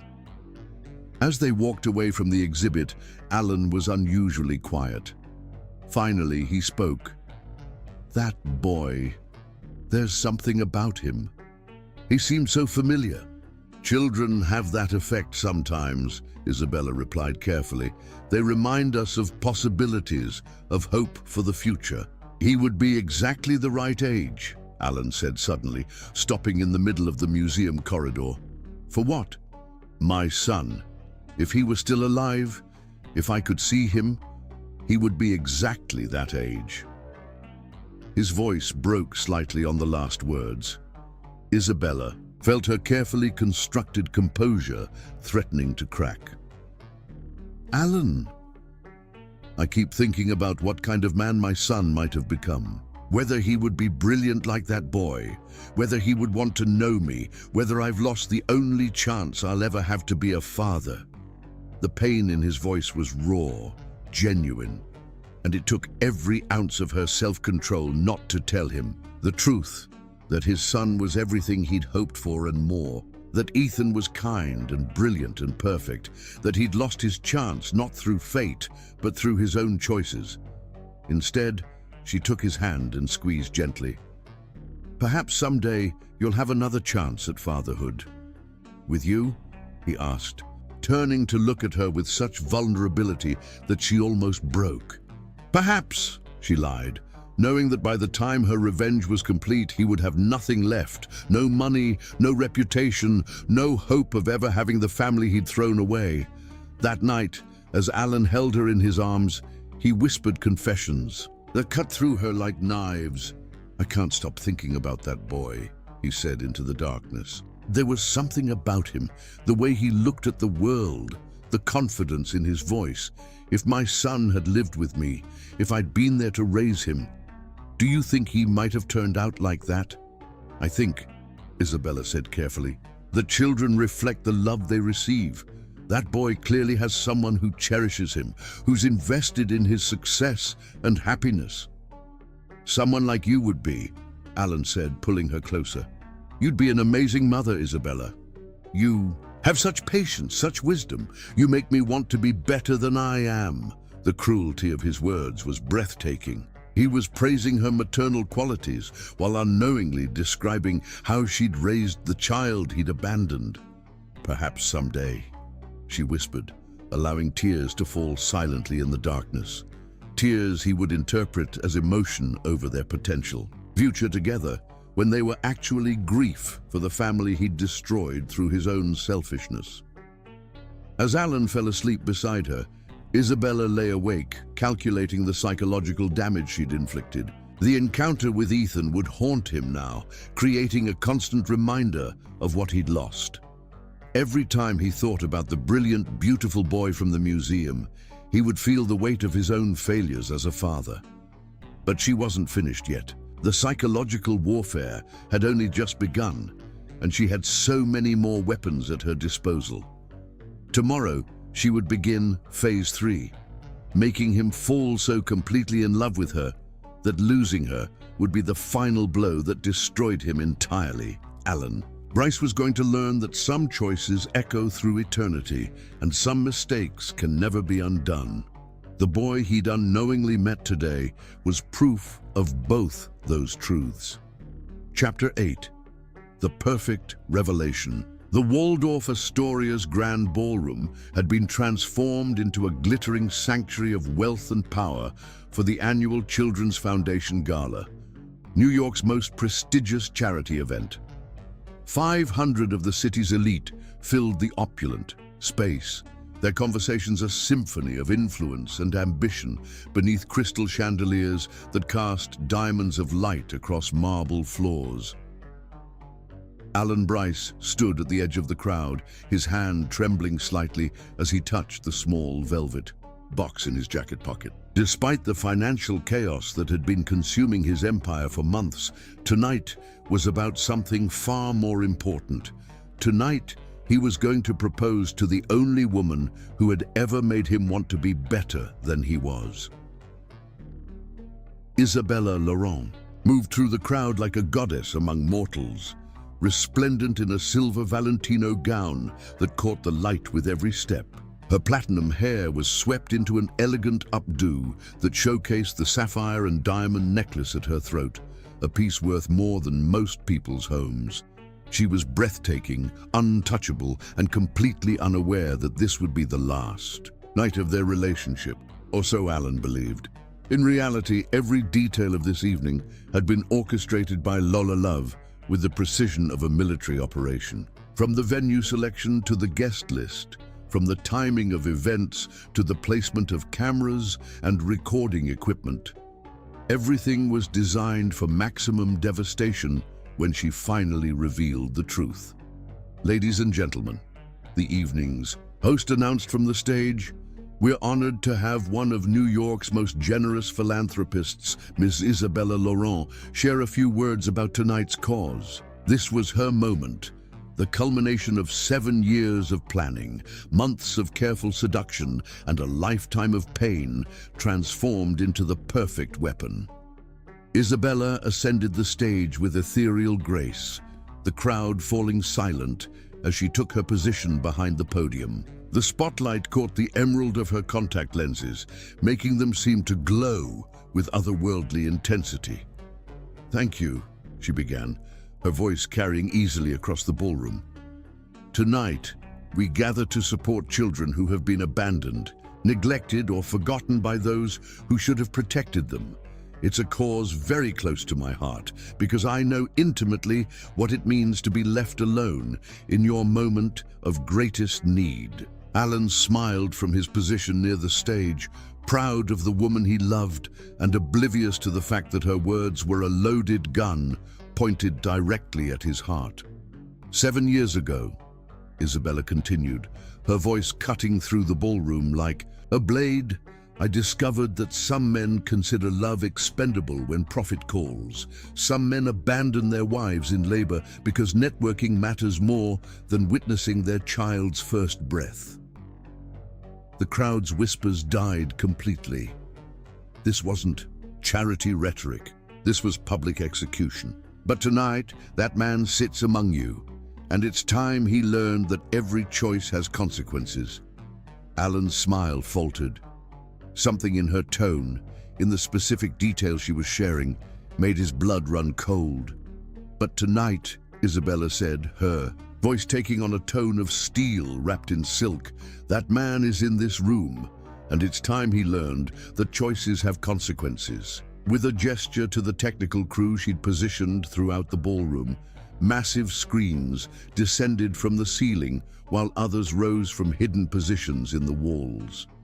The room filled with the soft hum of audio-visual equipment powering up. Ladies and gentlemen, Isabella announced, I'd like you to meet someone very special. The screens flickered to life, showing the video she'd recorded 7 years ago in that hospital room, herself exhausted and in pain, holding a newborn baby while speaking directly to the camera.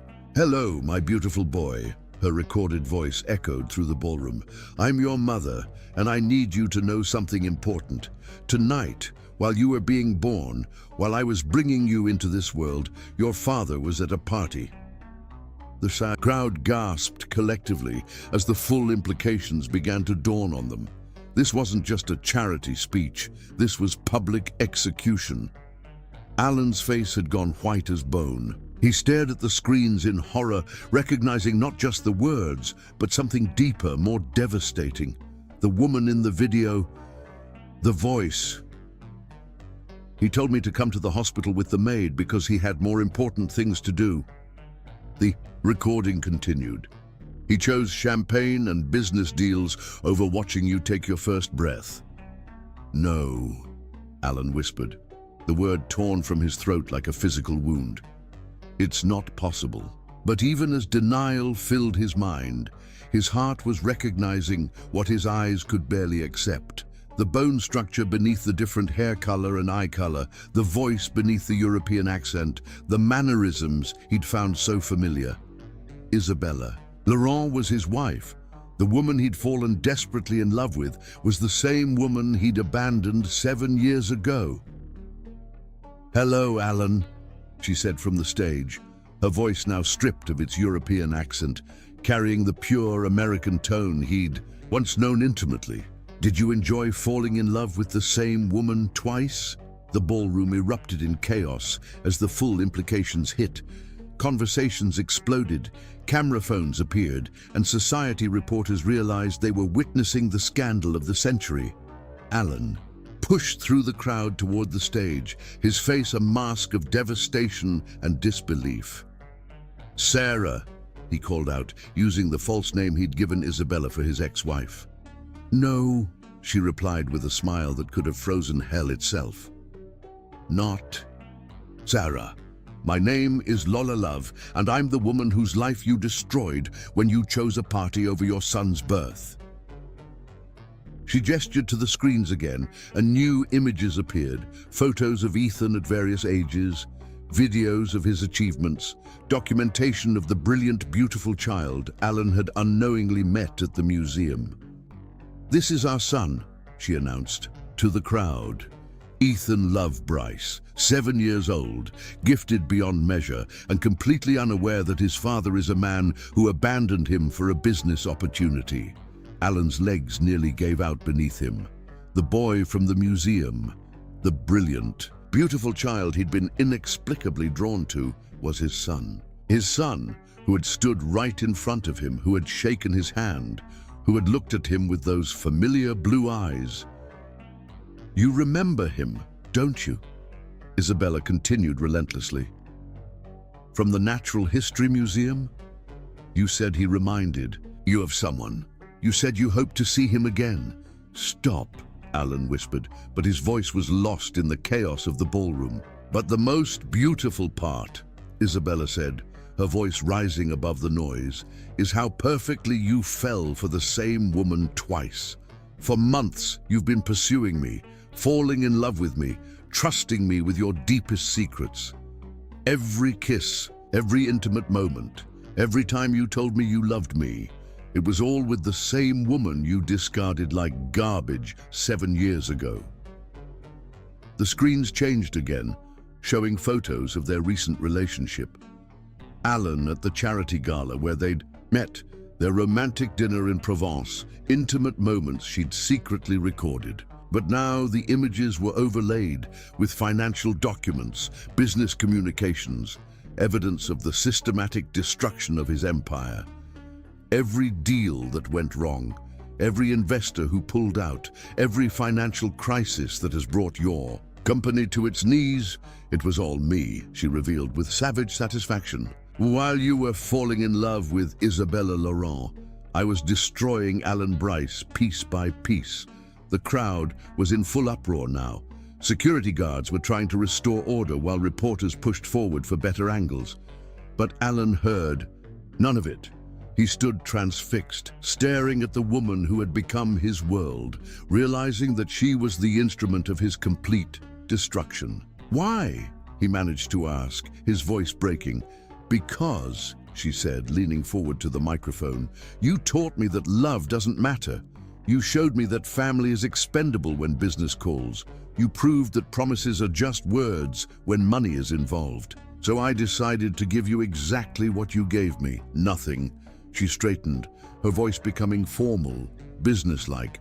As of this morning, Laurent Industries has acquired controlling interest in 17 of your key subsidiaries.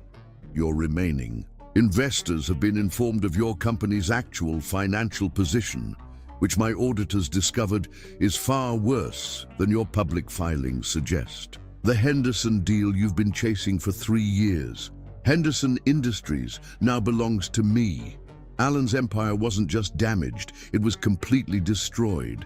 And the Yamamoto Group partnership you wanted so desperately, they've agreed to work exclusively with Laurent Industries instead. She paused, letting the full scope of his annihilation sink in. But I saved the best for last, she said with a smile that was pure malice. Tonight, in front of everyone who matters in your world, I want you to know that the woman you plan to propose to, yes, I know about the ring in your pocket. That woman never existed. Alan's hand moved unconsciously to his jacket pocket, where the engagement ring lay hidden.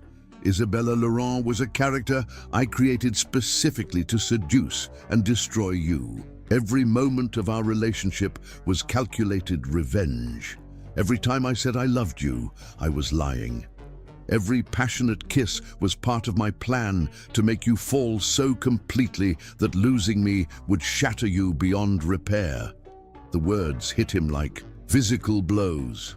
Around them, the ballroom had descended into complete chaos, but Alan could only stare at the woman who had become his entire world, realizing that none of it had been real. You see, Lola continued, her voice carrying clearly over the noise, 7 years ago, you thought you could throw away a woman's love without consequences. You believed that choosing money over family made you strong, but what you actually did was create your own destroyer. She gestured to the crowd, to the cameras recording everything, to the reporters who would make this the biggest scandal in New York's recent history. Look around you, Alan. This is what happens when you take love for granted. This is what you get when you abandon your family for a business opportunity. This is the bill for choosing a party over your son's first breath. Alan collapsed into a nearby chair, the full weight of his destruction finally hitting him. His business was ruined, his reputation destroyed, his love revealed as an elaborate deception. But worst of all, he'd lost his son. Twice. Once through his own cruelty, and again by being too blind to recognize the child standing right in front of him. The beautiful irony, Lola said, delivering her final blow, is that you could have had everything. A loving wife, a brilliant Son, a real family built on genuine affection instead of business transactions.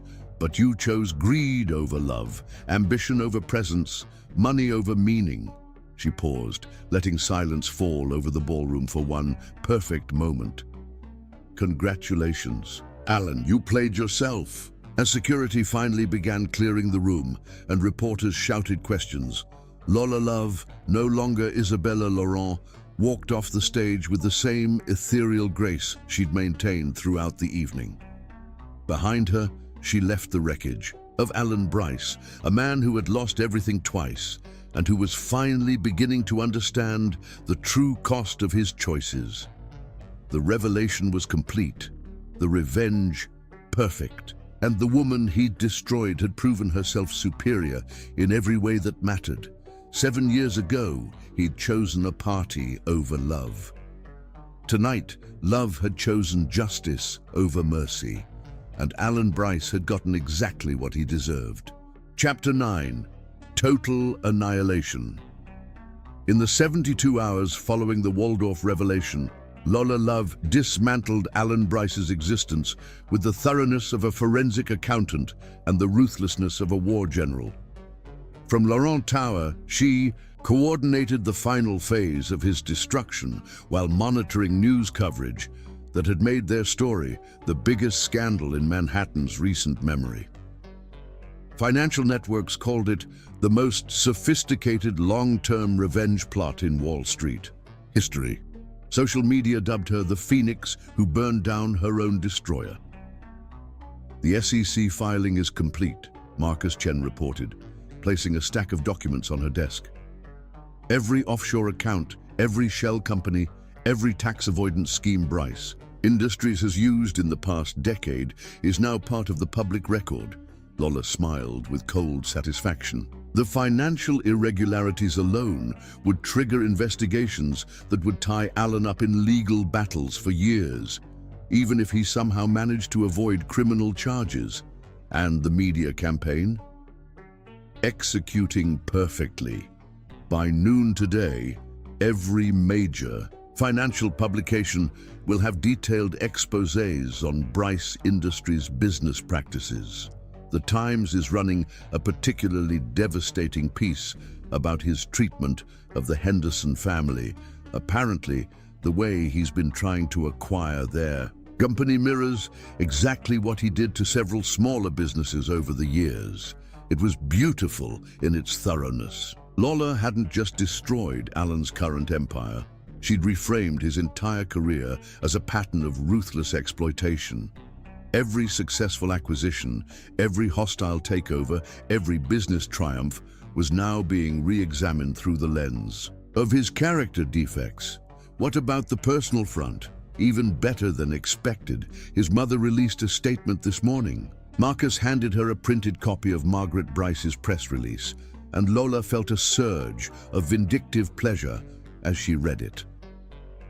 After learning the truth about my son's abandonment of his wife and child, I can no longer support or enable his behavior. Effective immediately, I am withdrawing from all business relationships with Bryce Industries and establishing a trust fund for my grandson, Ethan Love Bryce, whom I hope to meet someday when his mother deems it appropriate. Some mistakes cannot be forgiven, and some choices reveal character so fundamentally that no amount of success can redeem them. His own mother disowned him publicly, Lola murmured, feeling a complex mix of satisfaction and something that might have been pity. Margaret Bryce's pain was genuine. She was a grandmother who had lost access to her grandson because of her son's cruelty. The social consequences are even more severe, Marcus continued. 17 board memberships have been rescinded, 12 country club memberships cancelled, and every major charity in the city has refused future donations. He's been completely ostracized from New York society. Lola nodded, checking items off her mental list. Financial ruin, complete. Professional destruction, total. Social exile, absolute. But she still had one more devastating blow to deliver. And the custody matter? The emergency hearing is scheduled for this afternoon.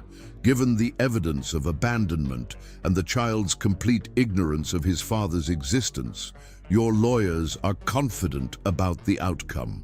2 hours later, Lola sat in a Manhattan family court, watching Alan's expensive legal team make increasingly desperate arguments for why their client deserved any form of parental rights. Alan himself looked like a broken man, his usually perfect appearance disheveled, his confident demeanor replaced by hollow-eyed desperation. "Your Honor," his lead attorney argued, "while Mr. Bryce acknowledges his past mistakes, he has clearly demonstrated a desire to reconnect with his son. The encounter at the Natural History Museum shows his natural affinity for the child." "The encounter where he met his own son and didn't recognize him?" Judge Martinez asked dryly. "The encounter where a 7-year-old child introduced himself to his biological father as a stranger." Lola's attorney, Sarah Winchester, stood with quiet confidence. "Your Honor, Mr. Bryce didn't just abandon his son, he abandoned the very concept of being a father. For 7 years, while Ms. Love has been raising a brilliant, accomplished, emotionally healthy child, Mr. Bryce made no meaningful attempt to locate or contact them." "But he did search," Alan's lawyer protested. "He hired private investigators," Winchester interrupted, "but only after realizing his wife had taken significant assets when she left. The investigations focused primarily on financial recovery, not family reunification. In fact, Mr. Bryce told multiple people, including his current mother, that his ex-wife's name was Sarah, not even her real name." Judge Martinez turned to Alan directly. "Mr. Bryce, in 7 years, did you ever publicly appeal for your wife and child to return? Did you ever offer to change the behaviors that drove them away? Did you ever acknowledge responsibility for their departure?" Alan's silence was answer enough. "Furthermore," Winchester continued, "Ethan Love Bryce has been explicitly taught that his father died before his birth. Revealing the truth now would be psychologically devastating to a child who has built his entire identity around being raised by a single mother who chose his well-being over social convention." "I want to know him," Alan said suddenly, his voice breaking. "I want to be his father. You had that chance 7 years ago." Lola spoke for the first time, her voice cutting through the courtroom like ice. "You chose a business party instead. Ms. Love," Judge Martinez said gently, "would you like to make a statement for the record?" Lola stood, every eye in the courtroom focused on her as she prepared to deliver the final blow. "Your Honor, Alan, Bryce taught me that biology doesn't make someone a parent. Choices do. For 7 years, I have been both mother and father to our son. I have attended every doctor's appointment, celebrated every achievement, comforted every fear, and been present for every milestone." She turned to look directly at Alan, her voice becoming stronger with each word. "I have documented every moment he missed, every first word, every first step, every birthday, every Christmas, every achievement. I have videos of Ethan learning to read, to write, to code, to play piano. I have recordings of him asking why other children have fathers, and me explaining that some men aren't worthy of being called parents." Alan's face was white with anguish, but she wasn't finished. "I have 7 years of bedtime stories, homework help, and conversations about dreams and fears. I have 7 years of being the only parent our son has ever needed." And what does Alan Bryce have? He has a business empire built on greed, a reputation destroyed by his own cruelty, and the memory of choosing a party over the most important night of his child's life. She paused, letting the weight of her words settle over the courtroom. "Ethan doesn't need a father who abandons him when business calls. He doesn't need a parent who only wants him after losing everything else. He needs what he's always had, a mother who puts his well-being above all else, and a life free from the toxicity of a man who has proven repeatedly that love is conditional, but money is eternal. But he's my son, Alan whispered, tears streaming down his face. No, Lola replied with devastating finality. He's my son. You're just the man who contributed genetic material and then chose to abandon us both. Judge Martinez's ruling was swift and absolute. Given the 7-year abandonment, the child's current emotional stability, and the potential psychological harm of disrupting his established family structure, I hereby grant Ms. Love full and permanent custody of Ethan Love Bryce. Mr. Bryce's parental rights are terminated. As they left the courthouse, Alan's lawyers surrounded him, trying to explain appeals processes and legal options. But Lola could see in his eyes that he understood the truth. He had lost his son completely, and this time it was final. That evening, as she sat in her penthouse reviewing the day's complete victory, Lola felt an unexpected emptiness. For 7 years, her rage had sustained her, driven her, given her purpose. Now, with Alan's destruction complete, she found herself wondering what came next. Her phone buzzed with a video call from Ethan, who was staying with his tutor while she handled the legal proceedings. "Mommy!" His bright voice filled her apartment. "Guess what? I finished my sustainable energy project, and Professor Williams says it's good enough for a graduate thesis." Looking at her son's brilliant smile, Lola felt the emptiness fill with something far more valuable than revenge, pure, uncomplicated love for the extraordinary child she'd raised alone. "That's wonderful, sweetheart," she said, and meant it completely. "Are you coming home soon? I miss you." "Very soon, darling. Mommy just finished some important business." As she ended the call, Lola realized that her revenge was complete, not just because she'd destroyed Alan, but because she'd proven that she and Ethan were better off without him. They had built something beautiful from the ashes of his cruelty. Alan Bryce had lost everything: his money, his reputation, his family, his future. He would spend the rest of his life knowing that the son he'd abandoned had grown up to be everything he could have been proud of, if only he'd been present for the moments that mattered. But most importantly, he would know that Lola Love had not just survived his abandonment, she had thrived beyond his wildest imagination, creating a life so successful and fulfilling that his absence had become irrelevant. The man who had once made her feel disposable had learned that some women, when discarded, don't just disappear. They evolve into something far more dangerous than he ever imagined possible. The total annihilation was complete, and it was perfect. Chapter 10. The Ultimate Victory. 2 years after the Waldorf revelation that had annihilated Alan Bryce's empire, Lola Love stood before a mirror in the Plaza Hotel's bridal suite, radiating the deep contentment of a woman who had not merely survived betrayal, but had transformed it into triumph. The reflection showed someone completely at peace, not the calculated performance of Isabella Laurent, but the authentic joy of a woman who had built something beautiful from the ashes of cruelty. "Mommy, you look like a princess," 9-year-old Ethan said from his position on the velvet settee, resplendent in his own tailored suit. At 9, he was even more remarkable than he'd been at 7. Taller, more confident, and possessed of an emotional intelligence that made him wise beyond his years. "Thank you, sweetheart," she replied, reaching over to adjust his silver tie. "Are you ready to walk me down the aisle?" "I've been practicing all week," he said proudly. "Dr. Mitchell says it's important that I understand what today means. That Marcus isn't trying to replace anyone. He's just joining our family." Lola's heart swelled with pride. Even after learning the truth about his biological father, a conversation she'd had with him 6 months ago, with Dr. Mitchell's guidance, Ethan had processed the information with remarkable maturity.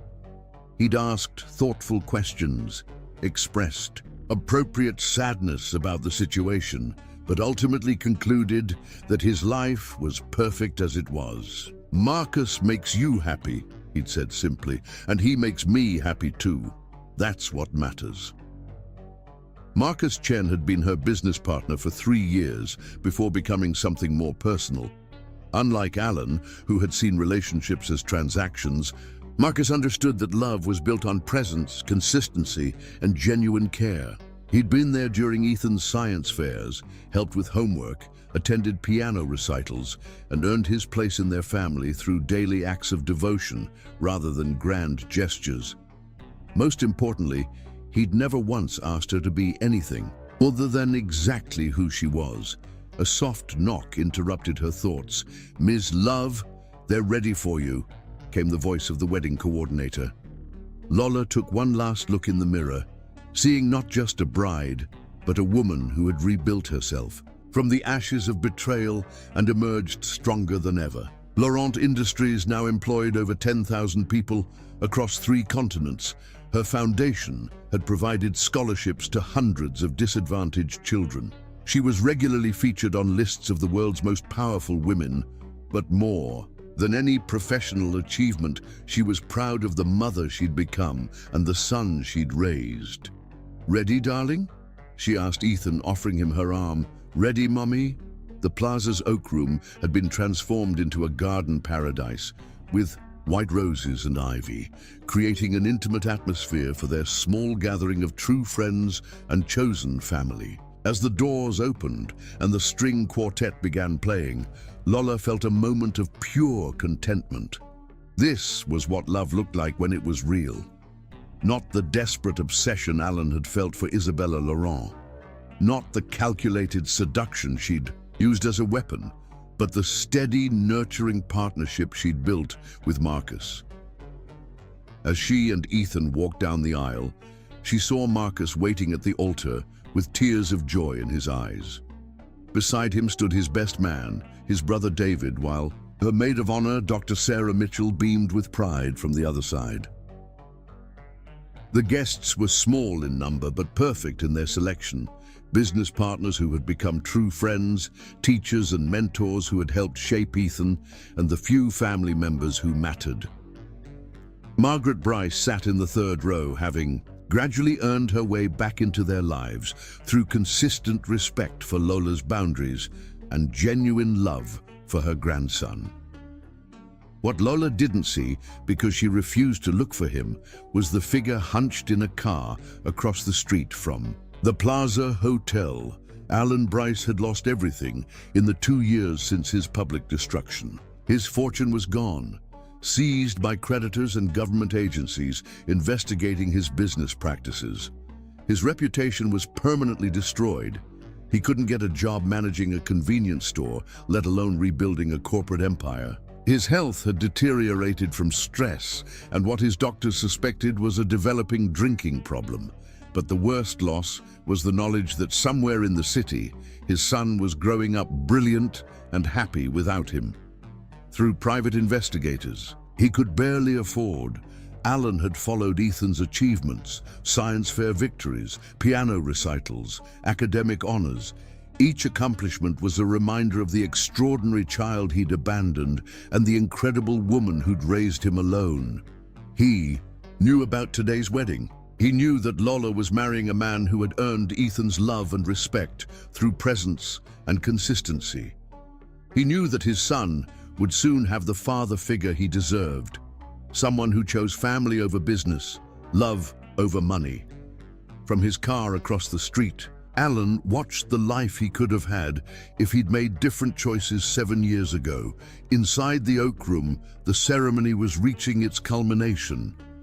"Do you, Lola Love, take Marcus Chen to be your husband, in love and partnership, for all the days of your life?" "I do," she said clearly, her voice carrying the absolute certainty of a woman who had learned the difference between real love and its toxic imitators. "Do you, Marcus Chen, take Lola Love to be your wife, in love and partnership, for all the days of your life?" "I do," Marcus replied, his voice thick with emotion. "And Ethan," the officiant continued, turning to her son with a warm smile, "do you welcome Marcus into your family as your stepfather?" "I do," Ethan said solemnly, then broke into a grin. "And I'm excited to teach him how to code." The moment of laughter that followed was everything a wedding should be: joyful, authentic, and full of promise for the future. By the power vested in me by the state of New York, I now pronounce you husband and wife. Marcus, you may kiss your bride. As Marcus and Lola shared their first kiss as husband and wife, Ethan beamed beside them, and the small gathering erupted in applause. During the reception that followed, Margaret Bryce approached Lola with tears in her eyes. "Thank you," she said simply, "for letting me be part of this, for letting me know my grandson." "You've earned your place here," Lola replied graciously. "You chose love over loyalty to your son's mistakes. That matters. He's watching you." "No," Margaret said quietly. "From across the street, I saw him when I arrived." Lola felt a momentary tension, then surprised herself with how little she cared. "Then he can see what a real family looks like," she said. "Maybe he'll learn something." As the evening wound down and guests began to depart, Lola stood at the window of the Oak Room, holding Marcus's hand, while watching Ethan charm the remaining adults with his explanation of quantum computing applications. "Do you ever wonder what would have happened if he'd made different choices?" Marcus asked quietly, following her gaze to their son. "Never," Lola replied with absolute certainty. "If Alan had been a better man 7 years ago, I never would have become the woman you fell in love with. Ethan wouldn't be the extraordinary child he is. I wouldn't have built the empire that lets us help other people." She turned to face her new husband, her voice growing stronger. "He did us a favor by showing his true character early. His abandonment forced me to become everything I was capable of being. His cruelty created the conditions for our success." Marcus squeezed her hand. "So, you have no regrets?" "Only one," she said, looking at Ethan with infinite love. "I regret that it took me 7 years to realize that his abandonment wasn't a tragedy. It was liberation." Across the street, Alan Bryce watched the Plaza Hotel's windows, trying to catch glimpses of the family he'd lost. He'd seen enough to know that Lola was radiant, that Ethan was growing into an exceptional young man, and that Marcus Chen was everything Alan had failed to be: present, devoted, and worthy of their love. As he started his car and drove away from the scene of their happiness, Alan understood with devastating clarity that his punishment wasn't just the loss of money or reputation or social standing. His punishment was the knowledge that Lola Love and their son had created a perfect life without him. That they were not just surviving his absence, but thriving because of it. He had been erased so completely from their happiness that his presence or absence was irrelevant. The woman he discarded as disposable had proven herself to be extraordinary. The child he'd abandoned for a business party had grown up brilliant and accomplished without any help from him. The family he'd destroyed through his selfishness had rebuilt itself into something more beautiful than he'd ever deserved. Alan Bryce had learned the ultimate lesson: some choices echo through eternity, and some mistakes can never be undone. Meanwhile, in the Plaza Hotel, Lola Love Chen danced with her husband while their son played piano for the remaining guests, surrounded by people who had chosen to be there, who celebrated their happiness without condition or agenda. She had won everything: love, family, success, and the knowledge that she was capable of building something beautiful from the ashes of betrayal. The woman who had once been broken by abandonment had become unbreakable through her own strength. The revenge was complete, the victory absolute, and the future unlimited. Some stories end with forgiveness and reconciliation. This one ended with justice, triumph, and the perfect understanding that the best revenge isn't just living well. It's becoming so successful that your destroyer becomes irrelevant to your happiness. Lola Love had achieved the ultimate victory. She had created a world where Alan Bryce simply didn't matter, and that was the most perfect ending of all.